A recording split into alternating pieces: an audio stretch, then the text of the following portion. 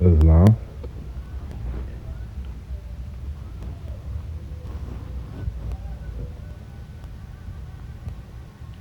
In this video, we're going to continue in our quest to uncover the Kingdom of Fez in America. We're going to go deeper down into the Peru area, and we're going to start going into the worldwide.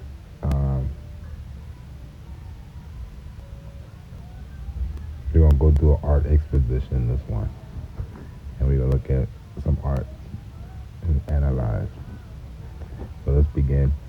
Pizarro had acquired a steadfast ally, and Pizarro of so-called conqueror of Peru, so-called the Huanca Canaries. Now you see how they're using the term Huanca, and then they use the term Canaries. Now the Canaries don't supposed to be where they're supposed to be in Canary Islands. So as we've been going through this history, we've seen how they got two forms of history. They got the popular version that we get, which everybody is Indian, and we got the real version, which everybody is Moors and Christian. This Canaries tribe, most likely they get from, they say, the territory of Shuaka, which is in America, that the Europeans established their first capital. Along with thousands of soldiers and bearers, the Canaries provided the newcomers with strategic information plus the food and weapons stored in the hundreds of warehouses built by the Inca and fully locally. Now these Canaries, that's a group, and the way they writing it is how people end up blaming one people for something that they feel happened to them. So let's get that straight now. These Canaries don't act like all of them don't working with Pizarro. You had some against Pizarro, which would make sense automatically. It should make sense. So you should know not everybody gonna be down with the same shit. So in one region where the Inca had managed to cobble together some resistance, known as Huanuco, the Europeans had to call on Canary troops to help them put down the rebellion. So you got another tribe, got the Huanuco, then you got the Canaries, and you got the Incas, and you got the Spanish. So you got four entities right now. All this assistance provided the Europeans was recorded with care on a quipu kept by the Canaries lords. So they kept record. But we will see why I've been saying in the last three videos, Rome trade on them. They had allies and they had enemies. But at the end of the day, Rome would even trade on the allies. But you know, that's Rome. So this record was first described by Cieza de Leon some 15 years after the invasion. And that's how a lot of the times that Rome did trade on them. Most of the time, Rome didn't trade on their allies at the time of them being allies. 2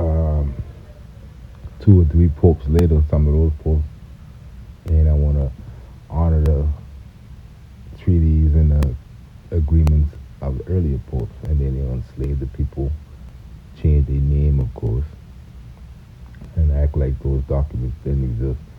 And a lot of times we go to check Rome on that.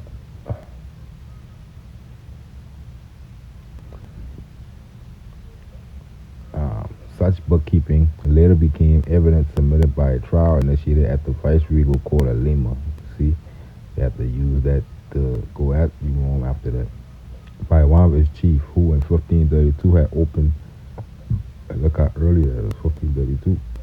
So that means they've been going through this a generation or two before this day, taking you well into pre-1492 times. Had opened the contrary to the Spanish troop of King Carlos V. This Indian man, so-called, titled Don Francisco Cushicashak, which is like saying Cushite, because Cusco is Kush of the West, felt betrayed by the ill treatment of his people and the neglect of his own privileges.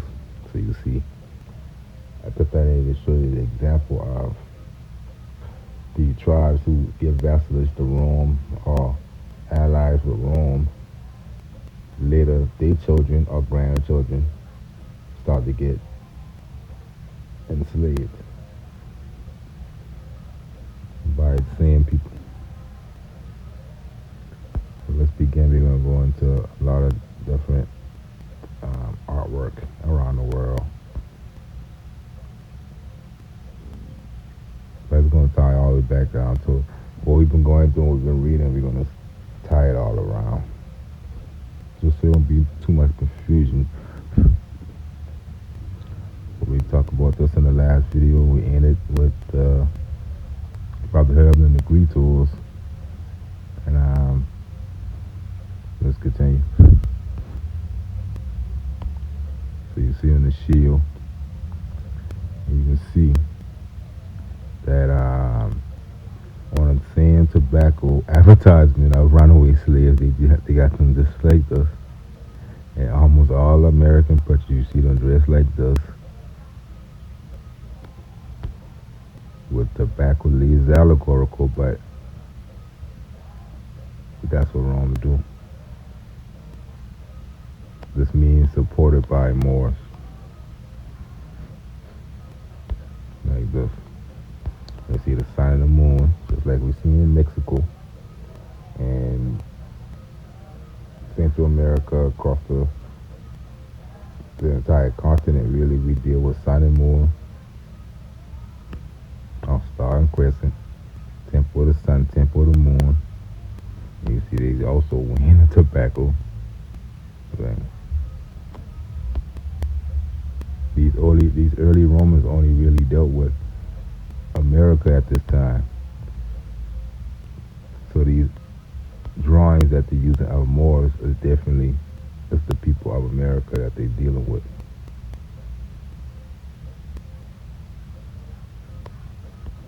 And you see down here, the supporters, two black Moors. Supporters.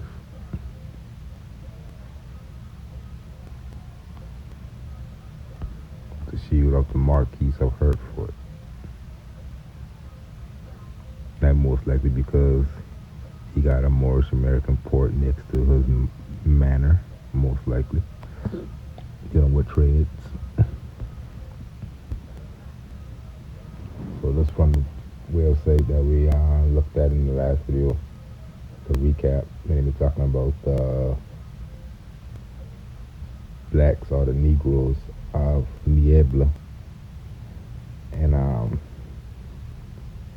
throughout that, you can see the same things. That's how you know it's a worldwide Roman Jesuit army and re-education operation, because they use the same tactics. And they give them a few leaders throughout history, Afro-Spanish history. You probably give them an Afro-Spanish month. They give them their history broken down, coming from a sense of the first Afro-Spanish to do this and Afro-Spanish to do that.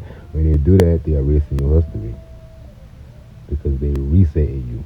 You're the first Afro-Spaniard to do it, even though you both Niebla. You ran and that was your kingdom. So even if they doing that over there to them, you can imagine, because they should know that they ran Spain, but their children probably think they Afro-Spaniards based off education. You can see in the background they going to do the same thing we going to do, so-called racism. And that all has come down to history just because of one thing, the fact that they don't know that they're Moors. So if they dead, they're gonna still be running their own cities and kingdoms. But they fall into the state of blackness and ain't not like how it is over here. Let me see Super Bowl. Let's get into this. And got so-called Negroes in Venezuela. Colonial Venezuela.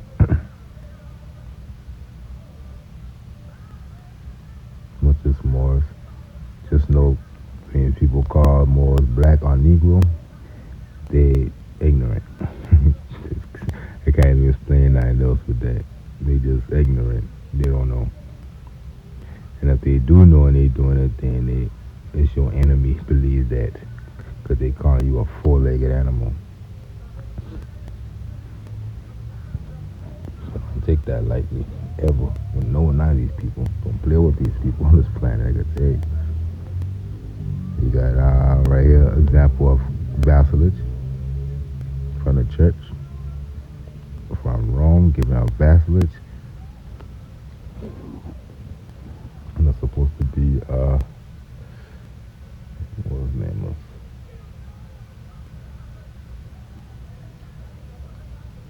Christopher? No, this is Christopher. Yeah, this is Christopher. You see these kings of Haiti. Just know that Haiti is just a base, a grounds to operate and run the Moorish peoples and French territories in America. So governed under the Moorish people and French territories in America. That's why you see some of my travels in and from Haiti to different parts of America in history books. I didn't know Haiti been just that kingdom ground to keep records and keep control. So Henricus de Grada, Haiti Rex King. As you can see, Latin Rome. Make it vassalage. Yeah, that's him.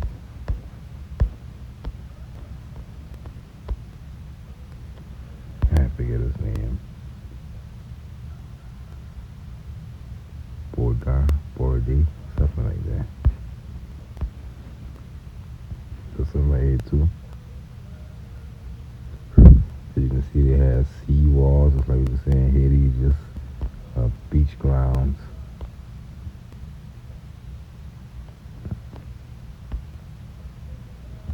Turbans and shit too. And these holy walls they've been dealing with over here.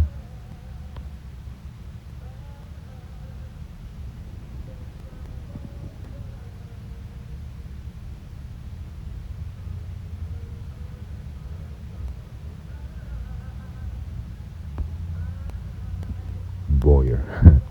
Okay, I know it's somewhere.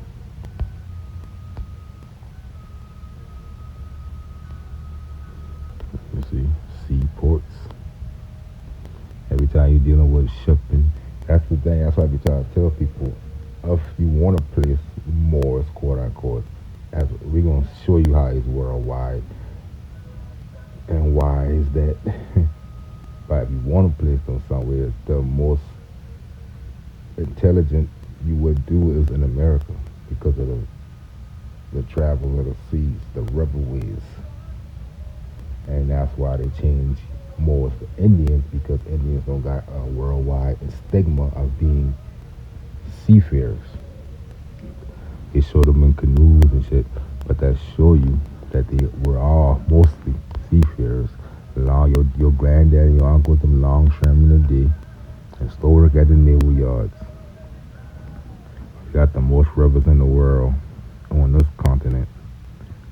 So it most likely the seafaring people of the world, going all the way back to the first shipbuilder in history, Noah, most likely. Those skills come from the West. We would have to learn to go across waters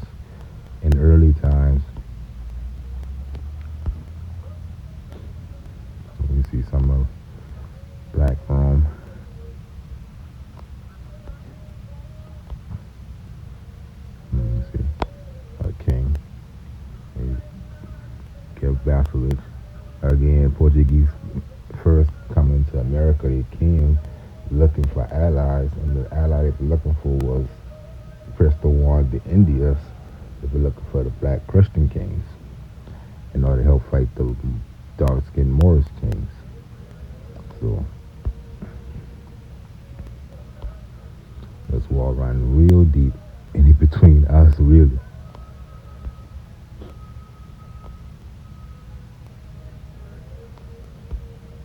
A lot of these more other old Romans are the Africanus tribes who been the rulers across that water for a while in Rome.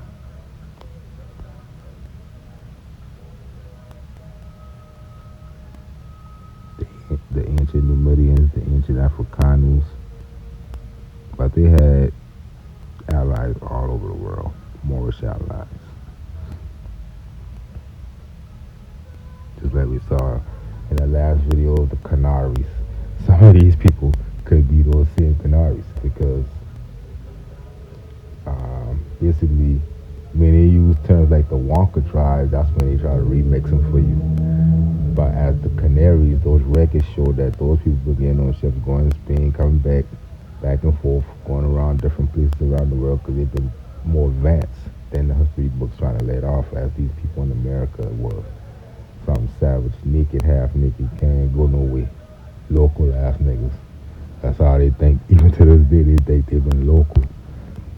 That's why we don't connect ourselves with them. Because they gonna find out sooner enough that a lot of stuff they blame people for, they did they damn self. So you got Negro Christos. And they got that's on the first scene when Emmanuel marrying the child Ioana. They show him being married in front of this exact one right here. If you go watch Isabel, they're in front of this. So this is the uniform of the Brotherhood Negritos in Seville. So of those Negritos who came into Seville, allegedly according to the story, in 1393. The fact that that date is 100 years before 1492, they have every account of that story bring them from Africa. And they do that because they can't have nobody knowing about half the planet until 1492. But I want to know why the Brotherhood Negritos ceremonies from Peru to the islands all over. You can find about 10 different groups of people in America who have every year the Brotherhood Negrito Seville ceremony, but they can't find them happening in Africa. If they so much from Africa, why they doing them over here, and why the clan over here?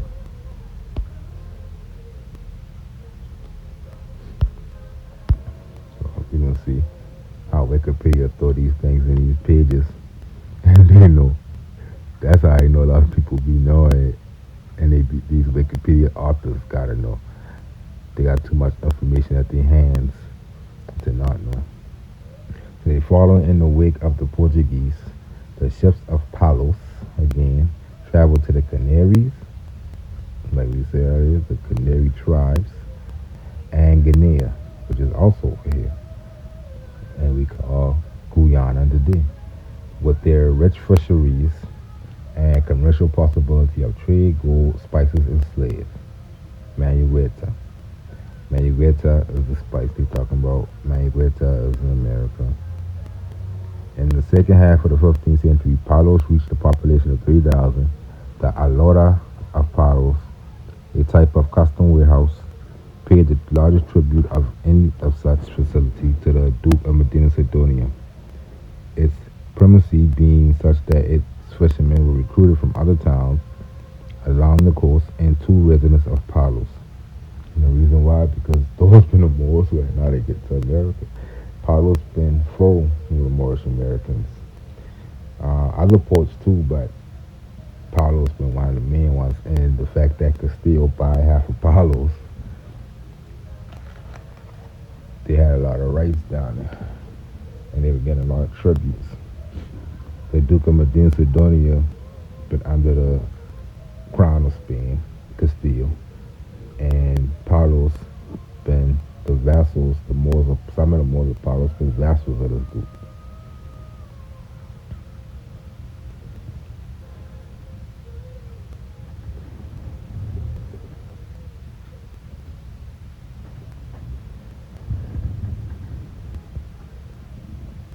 Juan Venegas and Pedro Alonso Cancino were placed in charge of giving licenses to fish in the Afro-Atlantic. So these guys, they do that.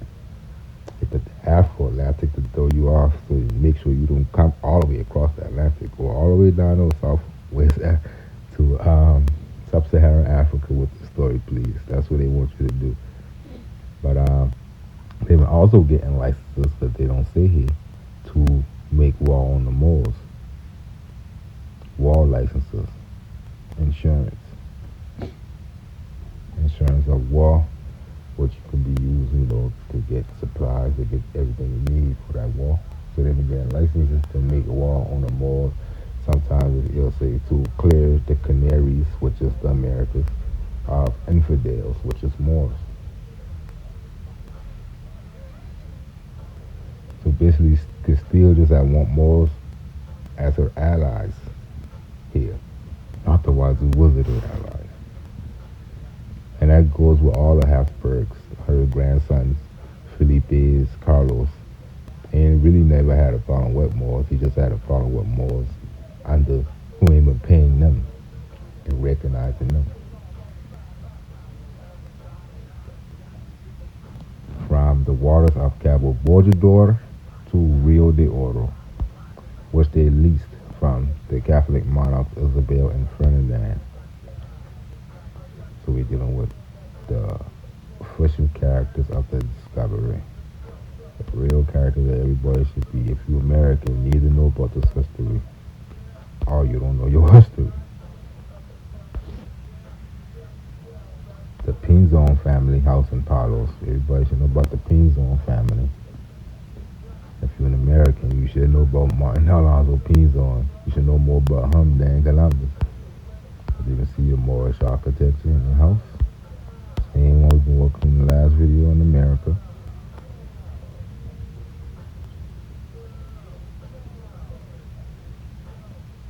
Some of these same Martin Alonso Pinzon, these Canaries and these Nino brothers and these Paulos brothers, a lot of them been reconstructed in history and get listed as Spanish people. African conquistadors and stuff like that when they've been from here, allied with Spain.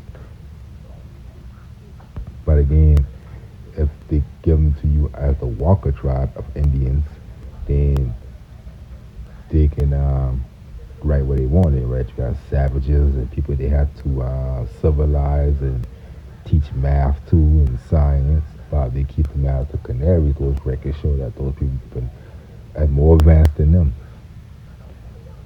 That's what a lot of them end up being. If they get famous as one of these Canaries in America, they get famous. Spain and Rome will write them in Rome history as a Venetian, or Spanish history as a Spanish conquistador, they dark or African conquistador. Now they, like the Mongol tribes, then they would just get the Hispanic. Then that's why you see these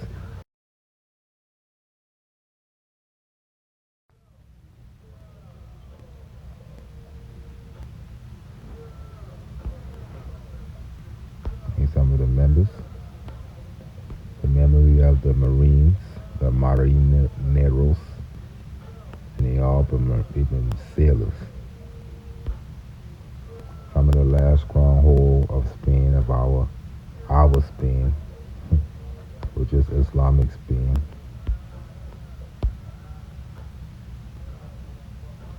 Andalusia. depends on brothers. A lot of these names you can go look up and you find they turn into conquistadors.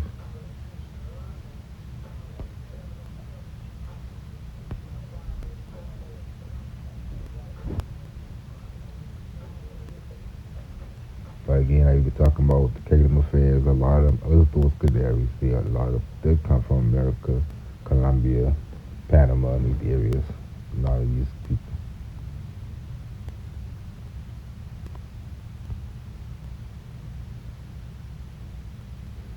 And look at Old Palace, you see. You were looking at that in the last video, those mausoleums, kiosks. You see the city port. Same architecture in South America.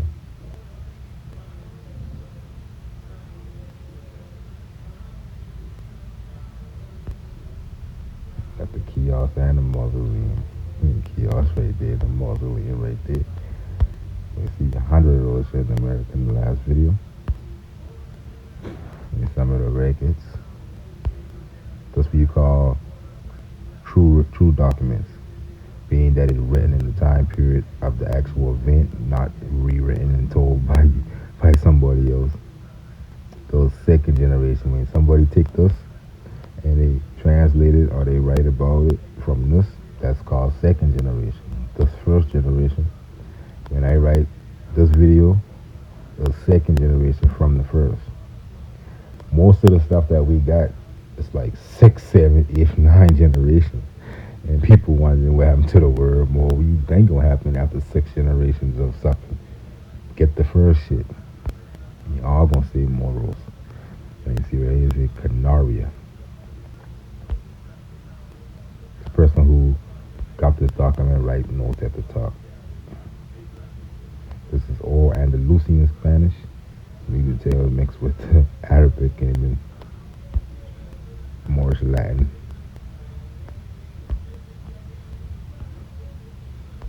Some more. 1492. Documents read in 1492. So ain't nobody can't be more right than the original shit. You changing the shit.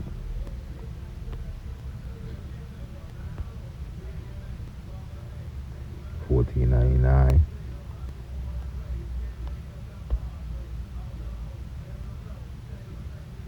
You can see the Latin letters, the letters we use in it though.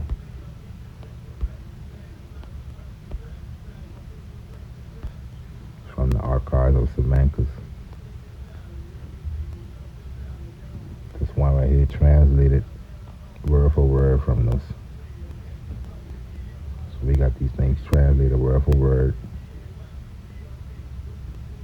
And you can see Fernando and Isabel, Alonso de Lugo, governor of the islands of Tenerife and La Palma in America, to be our captain and governor of the lands of the said Barbary in America, which are from Cabo Arguer to Cabo Borgador, just like we see earlier in our Wikipedia page, from Rio de Oro to Borgador.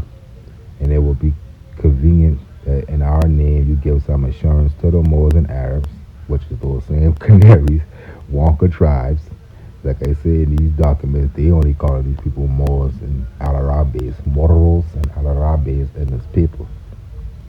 Later, Indians and Negroes and all of other terms show up in these books, who are in the said lands, and some of them, that's what I was trying to tell you, some of those tribes been at war with them, and some was allies. Therefore, we hereby give license to you to say Alonso de Logo, so that for us in our name you can give and grant your insurance letters to the said Moors and allies who are in the said lands, or in some of, you see, you got terms like allies. People in much got those terms used no more as calling themselves, but they show up in old books. If you look at these documents, it translate them, you will start seeing terms and stuff not even used no more. That's how old these documents is. And how much I've been remixed and rewritten, changed up, and stuff like that. So you're translating that stuff in those And now today we call it there's something else from that one idiot who ain't another translate the shit right. So again, they talking about how seas through ports and seas and stuff like that, which don't even show up in the other Barbary desert. So they talking about a different Barbary. She using all that to show that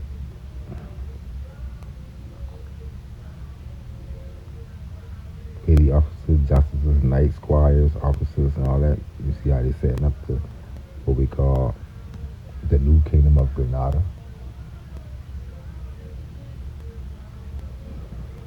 From Cabo Portugal to we're gonna look at that later. Aguera. We look at it in the last video on the map. So we ain't got to that this one.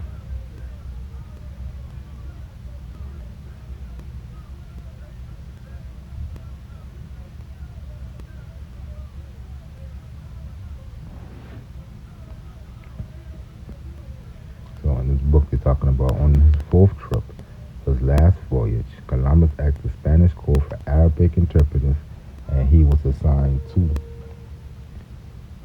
Now we can use common sense with that. If you're using Arabic interpreters in America, that means people in America speaking Arabic, right? Let me see. Translation. The only people who are going to get the truth about this history are the people who take the time out and get these documents and translate them yourself, because you're already dealing with 10 generational translations and shit, especially English shit. And King of California, that's all I want to show. I showed this before, but it has something different down there. They changed the King of California because to show you nobility in California, and show you actual connection to the world. If any king or chief, they connected with other kingdoms in the world, and most likely this king been connected with the Kingdom of Peru, Inca Kingdom, because the Incas control most of the west coast all the way up to Alaska. And we can find that looking at the place names on the west coast, the same all the way up and down. You got the same type of names and languages.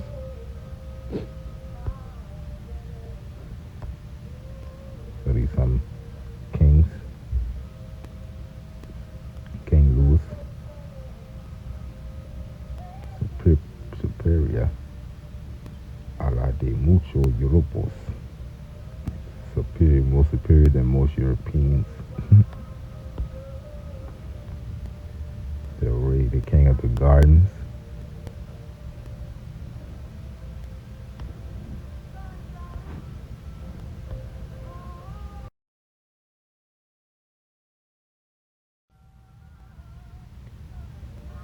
King Dennis.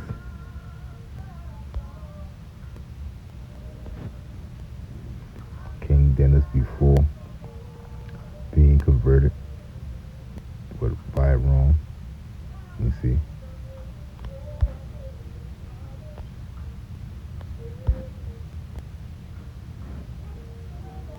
Another King Dennis.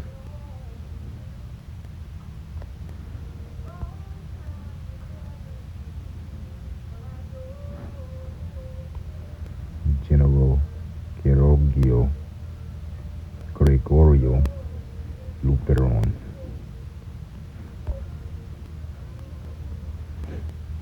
Look him up.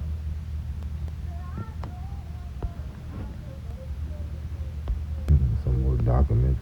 In this document, 1595, you got a Sharif and you got a Shekwe roof in America.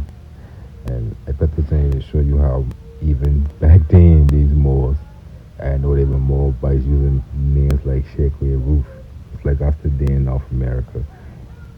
We honor our ancestor roof, and you see in early America in 1595 they still been doing that. Just way before Noble Drawley came and tell us that, and they show how right he been.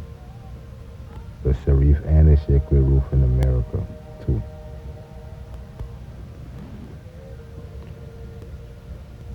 1556 or 1560. She can't even make out what a date is, so she put the question mark 1560 something though. But got corsairs in the Florida Indies, Pedro Melendez, Champ in La Rochelle. So La Rochelle is one of those ports I believe is our Moorish ports like Palos in Europe.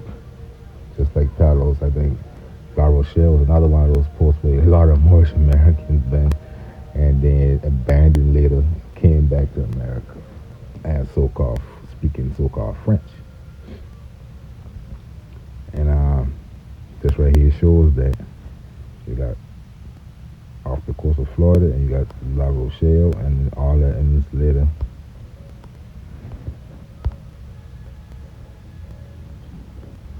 And that's why you can tell it's a much later version of that language right here, because he started to get to Christoph as we can read it. Like porte.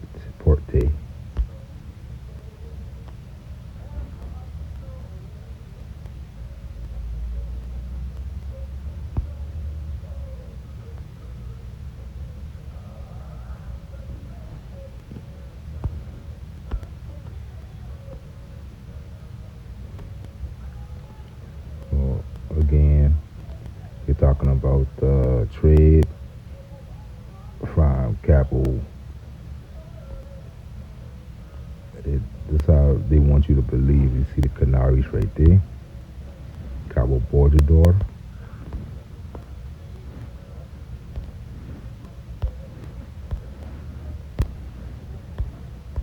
and you got Rio de Oro down here somewhere.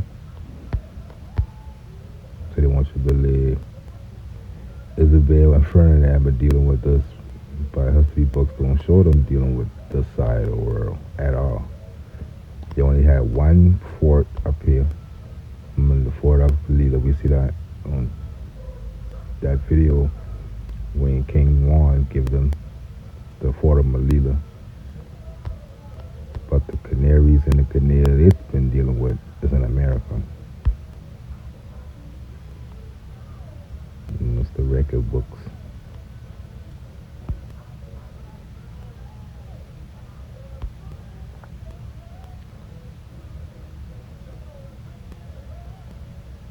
According to the documents, no, they are documents that indicate that, the person asked her, the question asked her, according to the documents, the Columbus discovered America. Simple question. And she said, according to the documents, no. There are documents that indicate that the Phoenicians were already going to America. So that's Noble Draw Elite 1001. And that's hitting ass clowns, 0. That's the score if you keep in school. Because because going there is the easiest thing. Man sailed from 7000 BC and sailing from at least 4000 BC. The documents make it clear. If historians or clowns on YouTube do not want to see it, it is their problem. Who can deny that it was not the Americans who came before? Which she find that to be the fact. She find that the 711 AD story, they claim the official record said they came from beyond the seas and across the straits, which means they came from across the Atlantic, landed in what we call Morocco and Fez today, and then went into Spain. And Musa was a common name in early America. We can show that Musa is the one who been the general who went into Spain in 711 AD. And the Moshe tribe, Mose is Musa, and they in the Americas. Turbans and fairs and everything, they pottery. They say, who can deny? And I say, the thought that Columbus discovered America is beautiful. Before we go on, This Umayyads, every time you see in a story, you see more showing up in Spain and in Morocco at that. You see them just popping up. They don't just be a tribe and then grow into a bigger tribe and then they show up in history. No, they just pop up in Spain. Where they were coming from. They got Umayyad, the Almoravids did it, the Fatimas did it, but they think they come from the Eastern.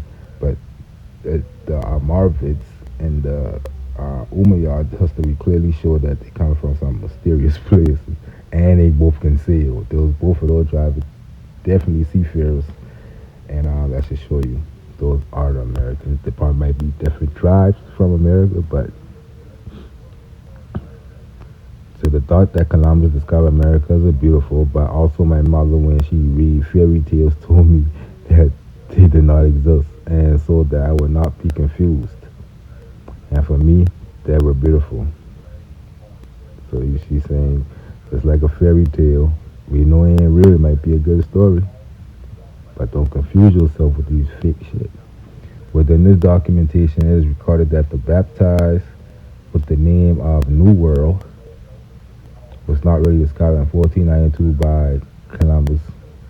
Well, not only in this document, right now I am working with the Semiticus archive that we were looking at earlier, where this fact is also proven. This document and others of the same nature reflect that the people of whoever coast went to America in a common way, which means back and forth with no problem. And people from Palos, Moguer, and even Niebla, we just finished looking at that, were on their way to this continent since at least the 14th century. So the records show that she can pinpoint them at least in the 1300s, which take us back to the Brotherhood and the Grito story and all that. But she also put the 711 AD story in there, but the documents ain't as clear as it is with these more, so she can make this claim more um, convincingly that she can do with the 711 AD story. Of course, though, because you know ain't nobody got no written record from that time period. Um, her records only go back to at least the 1200s. But we use common sense, we use intelligence, and that's what we use what a story say. Even though it ain't a record, it's a story. And the story said the Moors came from Morocco beyond the sea, out in Mar, not across the strait, beyond the sea. Say beyond the sea and across the straits. So that means you set up a beachhead, then you're going to continue the same thing Columbus did. Set up a beachhead in the islands and use for war. You got Andalusian, Moors.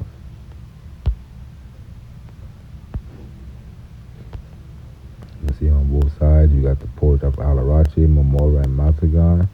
The existence of kingdoms on the other Atlantic shore in the places of Allen Mar, America. What they just called at that time the places of beyond the sea,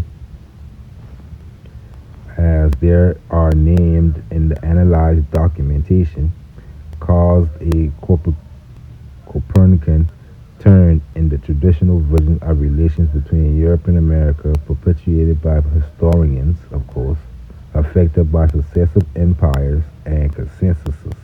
And that's what's killing us now, consensuses. People think, people feel that the Roman version of history and the Indian stories and all that make them, give them their so-called indigenousness, so they wouldn't stray from that story of something that seemed foreign to them arise. They wouldn't use intelligence, they'll just keep their minds stuck into that realm. But what I like to ask them people is, okay, so you got Spain, we know Spain overseas today on our maps. Portugal, you know that over there. England, you know that over there. France, you know that over there. The Netherlands, you know that over there. So when you look at Roman Christian maps, you're seeing New Spain, New England, Brazil, Portuguese. You're seeing New France. So you see these overseas kingdoms of Europeans, nations over here. What make you think the Moorish Empire over here, if they teach all those damn Europeans everything they know? What makes you think they ain't over here? And why? And if you don't see that on their maps, that should give you a reason why. When you think they at war, they at war with that. That's Rome versus Carthage. The same stories. Morocco, Moors versus Christians. So of course, everything that they don't recognize as themselves as Moorish. But they're gonna turn it to Indian. But if you got a hard time believing Morocco over here, then ask yourself why you see England, France, Spain, and all that over here, and they overseas, right? So don't let them play you. You have overseas kingdoms too. In fact, a lot of those kingdoms over there ain't even their shit. A lot of it is your Moorish kingdoms over there in France and England and all these places. I mean, them ain't even theirs. And shit don't even belong to Rome, belong to you from this Morocco. And that's the head of the empire over here. So people were having a meeting in this place, and I've been looking at the background, as you can see the different influences and one more. You see, you got the Egyptian influence and the Israel influence. But I want some of these. It's like a Moorish Science temple they're having this meeting in. It might be somewhere right in America, one of these buildings that we walk past every day. Right back there.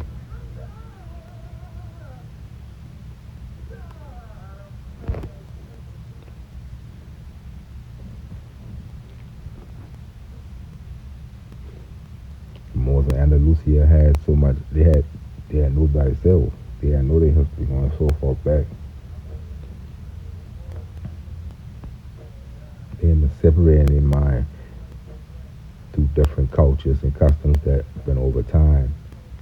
They embraced it all and put it in order. That's what nobles do. They keep the history intact with records. And it's basically like chapter 47. They show you the ancient empire, Egypt, the Canaanites. You see Moors in Asia. They're going to be all around. They're going to show you what empire look like. Because other people dealing with empires, the only people who they want to keep in subjugation, they keep them out that mind frame of empire, and they keep them localized. So you only think, my people, we from here, we right here in this little region. No, your people all over the world, you got diaspora, and it's a Moorish diaspora.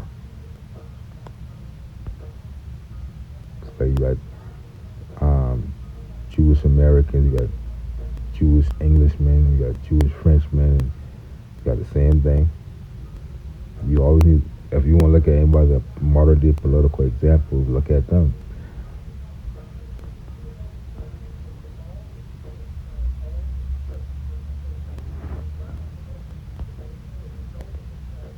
Demarcations of the limit of the areas that Islam had already penetrated from the eastern countries of the earth to the western. It spread westward to Spain, Andalusia, or really to California, eastward to the borderland of China and to the middle of India, southward to Abyssinia and the countries of Zanjan,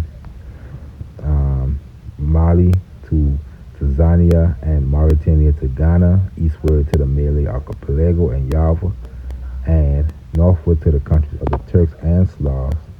Individual movers and sultans rule, and although there were conflict at times between them, an ordinary traveler could pass through the various regions. I put that with this in here to show you that this damn the whole eastern hemisphere.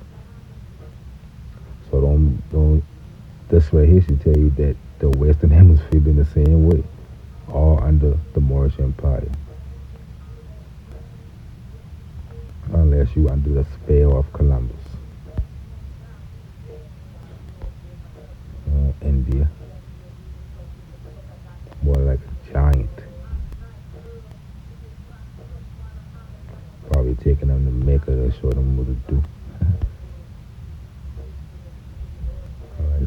down there too. Interesting.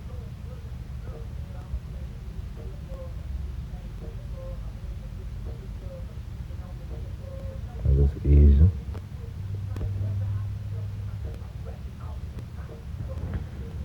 They talking about travels. Al Yakubi wrote that China is an immense country that can be reached by crossing seven seas.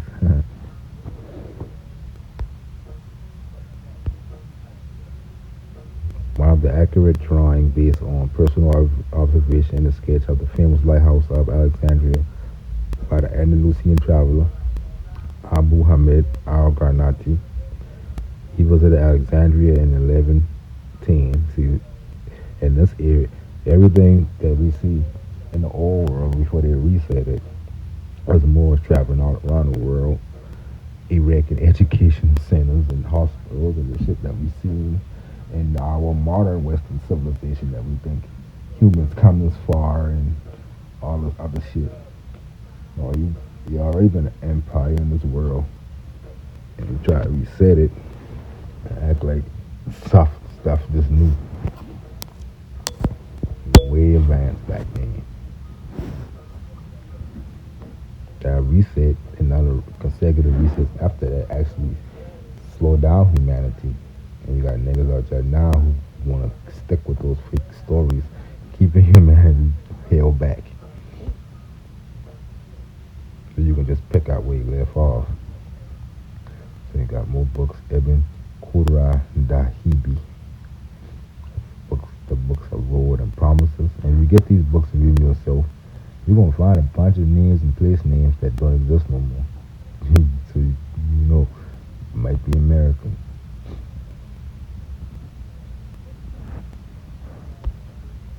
Al-Dimishqi in the 14th century. See, all these travelers, like Moors traveled in ships. Ain't too much people been traveling. But you got this one, Al-Qumr, known as the Malay today. So now you know the real name, Al-Qumr.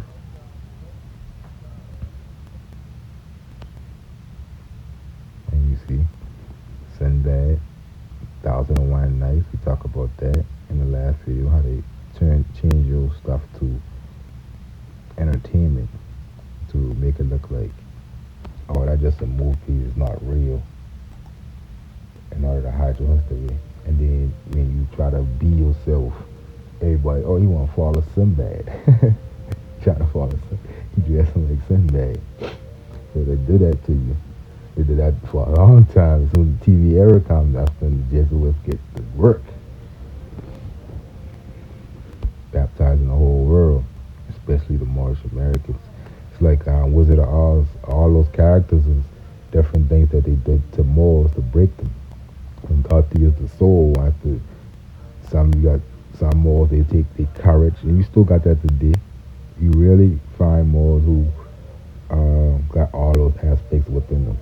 They even missing one: intelligence, heart,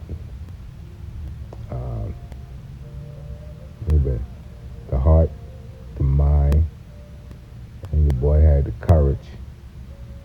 Yeah, heart as in benevolence, and the courage. You already know you need courage, and intelligence. You need all those aspects in one to have your own soul. Other than that, Rome got that soul, which is thought to represent the soul. Cartoons, old cartoons, and the United States did a lot of this shit.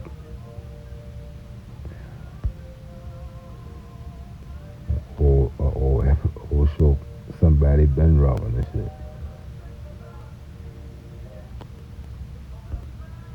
And they put these shit in fantasies and movies like that, so it wouldn't be normalized by you again. They'll go on Halloween and dress up as this. So now it's just that ritualized.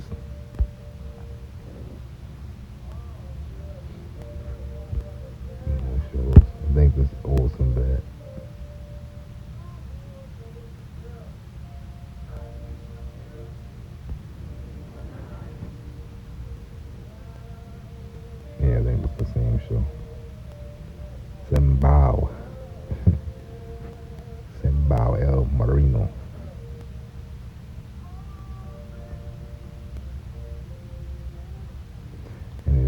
A lot of these stories are American stories. They are remixing Pirates of the Caribbean. All that is Moorish history, Moorish American history. They use comedians, but these celebrities be knowing the truth.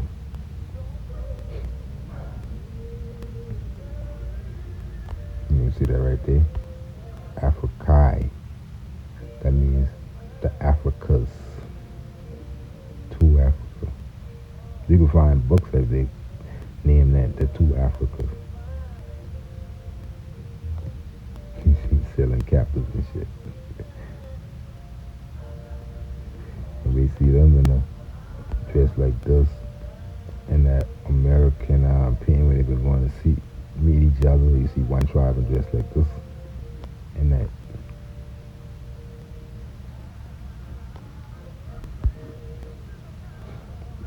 Every institute, and they used to make your grandmama wear the Indian quote unquote things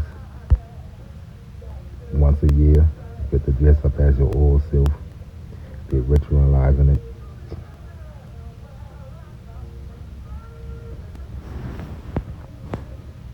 So that's why your grandma know about Indian, because she been together with schools that ritualize that shit.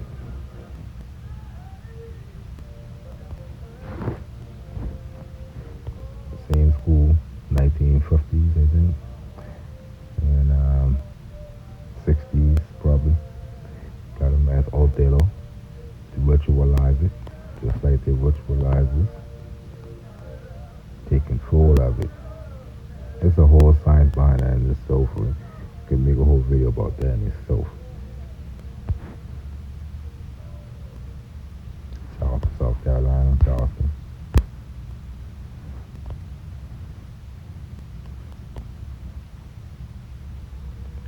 To attract Muslim traders along the routes traveled in North Africa and just, change that to America, North, South, the northern parts of South America.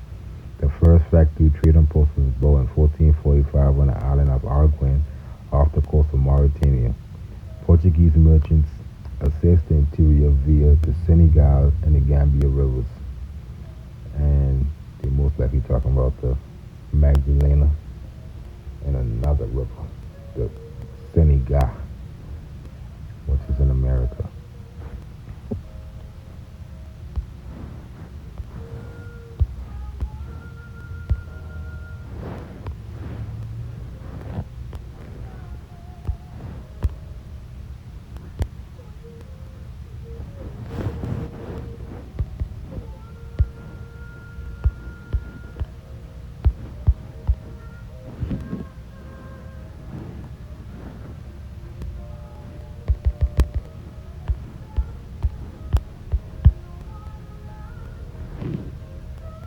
Right into the Magdalena, Senegal on this side. Dead smack in the Kingdom of Fez, we'll be talking about, um, which bisected long-stranded trans-Saharan routes. They brought in copperware, cloth, tools, wine, horses, and later included arms and ammunition. And the arms and ammunition for those Canary allies that they had. And I ain't the only tribe. There's a whole lot of those little stories that, right, because these people been advanced. These people been speaking Spanish, going to Spain, chilling, coming back home, dealing with the nobles there, to the point where we don't know which one of them is actually from Spain, which one of them is from America. That's how deep that been. In exchange, they received gold from the mines. Again, we already know Colombia, the land of gold.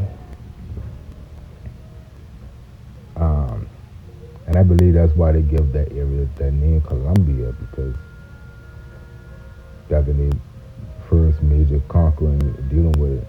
But really, the islands, but that firm land that would help them out.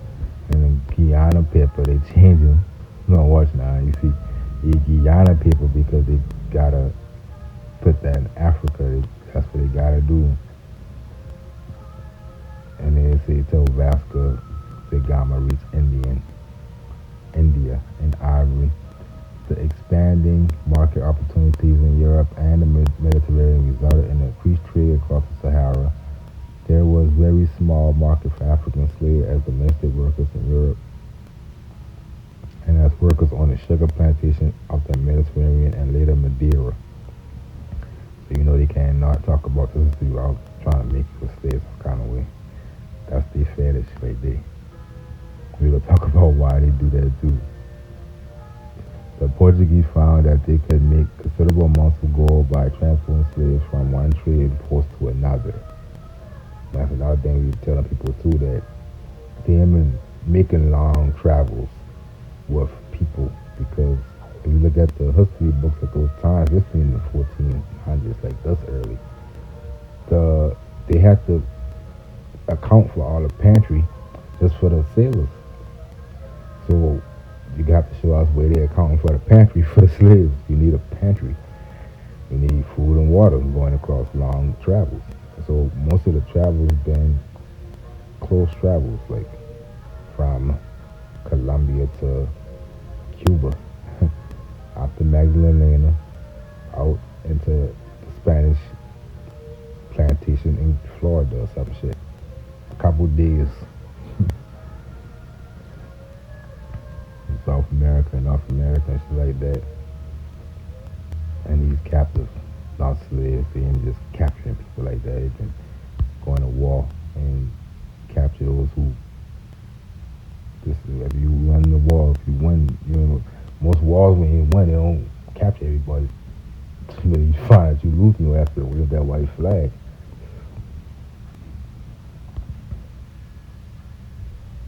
And you know you can capture them too, and you know never on one side of the wall. The winner will tell you they win every war though. Along the Atlantic coast of Africa, Muslim merchants had a high demand for slaves, which were used as porters on the transatlantic routes and for sale in the Islamic Empire, which basically a lot of them been European Christians. Most of the times, um, goes for most too, but a lot of those kidnappings was kidnapping because it was a noble. Nobody wasn't kidnapped. Either nobles kidnapping other nobles because they have the means to kidnap somebody. But they mentioned in the books, in the history books, they only wanted to capture Moors and nobles because the only people who would have had their family were the only ones who had enough money to pay the ransoms. You know, capture no bombs because you can't get nothing back from them. They capture people who would have paid for their people back. And that's why a lot of Moors been into this, getting caught up in this. It's all about ransoming and shit. Just like today about ransoming, they lock you up and then they go to your family and tell you better give bail. That's the same shit. And they will be better if you're a celebrity because they can get more money with their celebrity. The lawyer will get paid more. The court's gonna get paid more.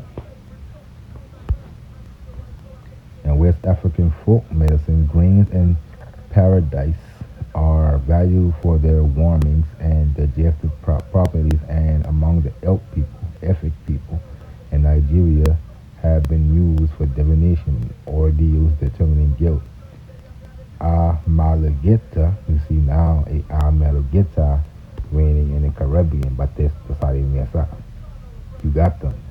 Because a Ghanaian pepper, when they want to say is in Africa, but it's the same thing now. You click this, it can take you to the page where it say Manueta. But when they over here, they will give it that name. You see, Caribbean. The old books say, don't say Ghanaian pepper ever. You'll never see that book. None of the old 1400s records say that. It say gold slaves in Manueta. And they know that they switched that they sold to Ghanaian pepper. Silly ass people. And Latin America, you see, they know that over here that's what it's called, and that's what the records say. Spanish people are not stupid. Just like the what you do, Kumihiro dude keep trying to say. the Spaniards, based off the nostalgic dealing with Moors in Spain, they start calling things mosque and shit and all them.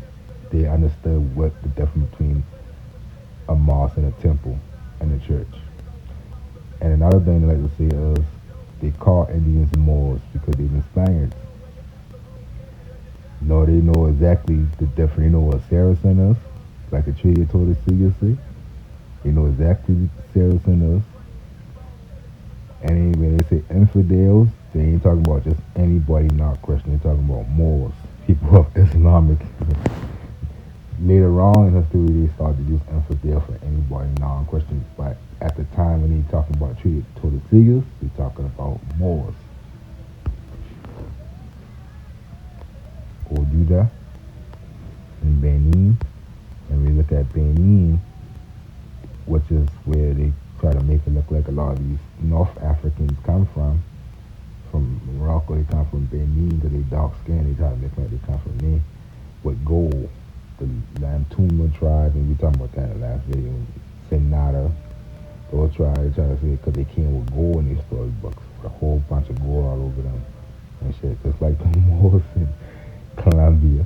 So you see in the museum, gold everywhere all over them. But what we find out is they mean they were copper, not gold. So we're talking about a different group. But that's been Judah. West Africa been Judah in the ancient world, while the Americas been Tarsus. Because we had these Canaanites and they set up kingdoms on both sides. And they've been mostly city ports for trading purposes. So we'll deal with this language today. We're going to start right here. Written record. We have letters in Arabic, but they came from Saleh, which is what Saleh is? Yeah, city Belem, I think. Belem.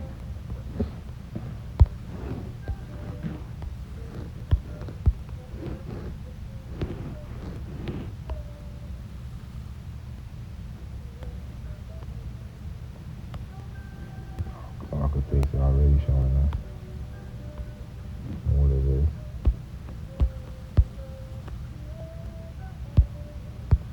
Or maybe Macapa. One of the people we know Saleh she talking about was over here. Philip II ordered the burning of all the documents in Arabic, and they were actually burned in 1568. So we talk about Felipe II in the last video dealing with making everything that is Moorish to be now deemed as Spanish. So every time you see the word Moor, change that to Spanish. That's what he did. And the same thing over here. Everything that was once Moros is now going to be Indios, because that's the vassalage, the Indies. And all the documents in Arabic, they were actually burned in 1568. And the truth of, there is very little left. And so little is left that when Hamed came here from Morocco, America, it seemed to me that he is Saddam's brother, Muli Saddam, and the kingdom have been divided. He had trouble finding an interpreter in Spain. And what's more, already in the 60s of the 1560s, after the war of the Al-Fujaras, it is said, well, yes, he spoke Al-Morabel, another language that we must know about today. But it is already noticeable that the same Moors who reserved no longer speak the Morabel because they were no longer right in Arabic. And that's the reason why, because we still speak Arabic. If we look at what got more words in the English language, I think one is French, two is Spanish, and three is Arabic. And Arabic really is one because most of the words in the French and the Spanish language is Arabic. So we speaking it, we just writing using Latin letters, A, B, C, D, E, F, G. The script that we see is called Arabic script. If you write Arabic in A, B, C, D, E, F in Latin letters, it could be Latin, Moorish Latin. You're gonna write it just like one. You will be able to read it. When you see words like Mauritania, the word Tanya spelled at the end Tanya. It's like your sister. Ain't even spelled like Tania. It's spelled like how we spell them in the street around here in the hood. Tanya, but the Ya at the end. If you write it in Arabic script, you wouldn't know what that is because you don't know Arabic script. But you can speak Arabic sounds. It's not about a pure form of Latin or a different script. So that's what our more build been basically been losing that because they stopped using that script and start using Latin script to write it.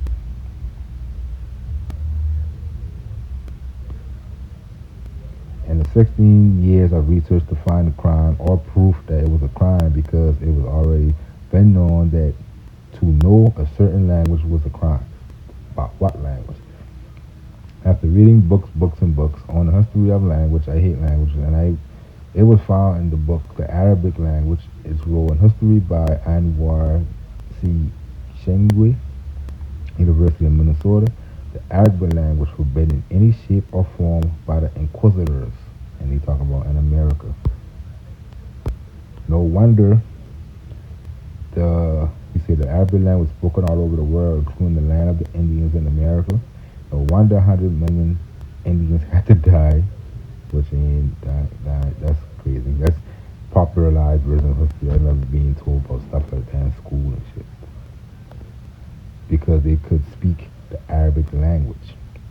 That explains why the old Pueblo language, Tiwa language, is secret and never brought out because it has many Arabic words in it, and it used to be the death penalty if anyone found out that someone knew it.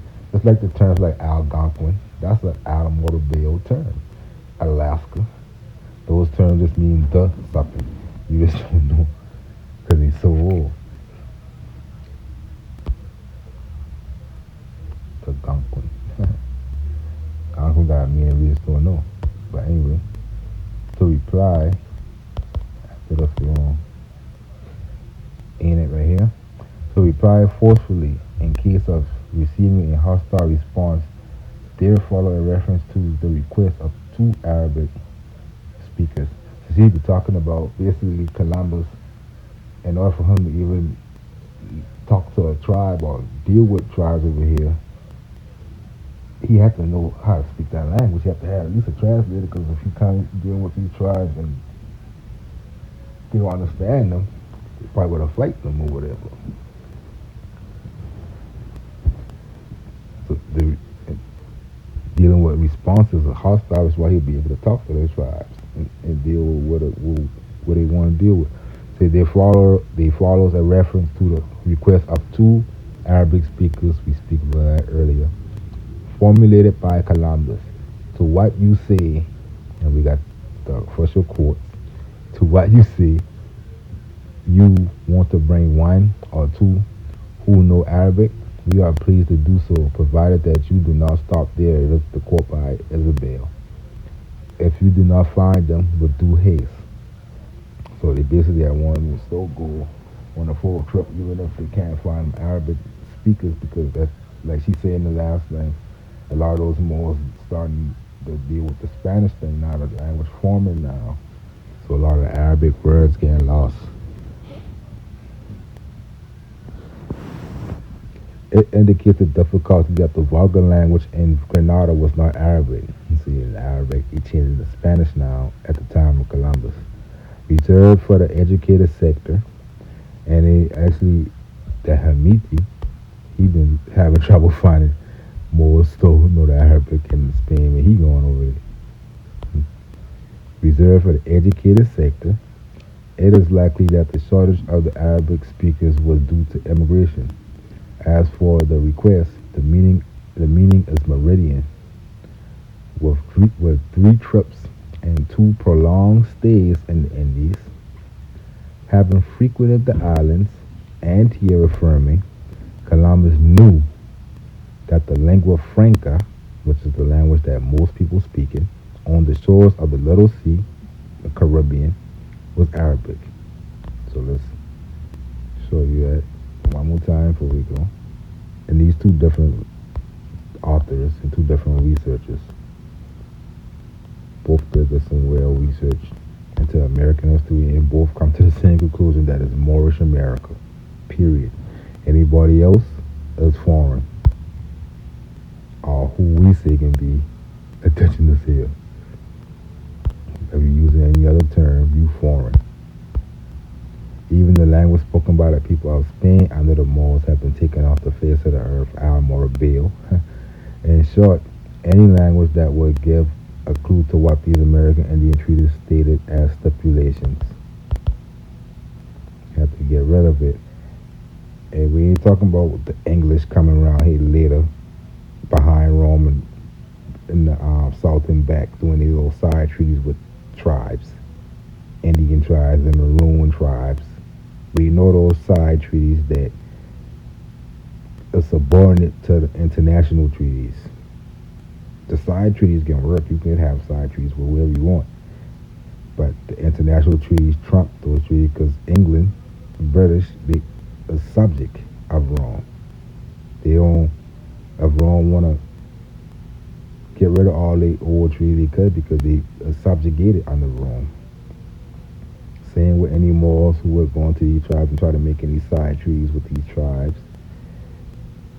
The Sultan would have been able to override that because they already got treaties, international treaties with these people.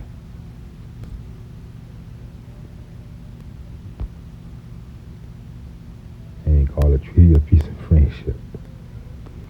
So anyway, we're going to stop right there and we're going to continue the next one and we'll get into a lot more art and we'll deal with Philadelphia, the northern old Morocco,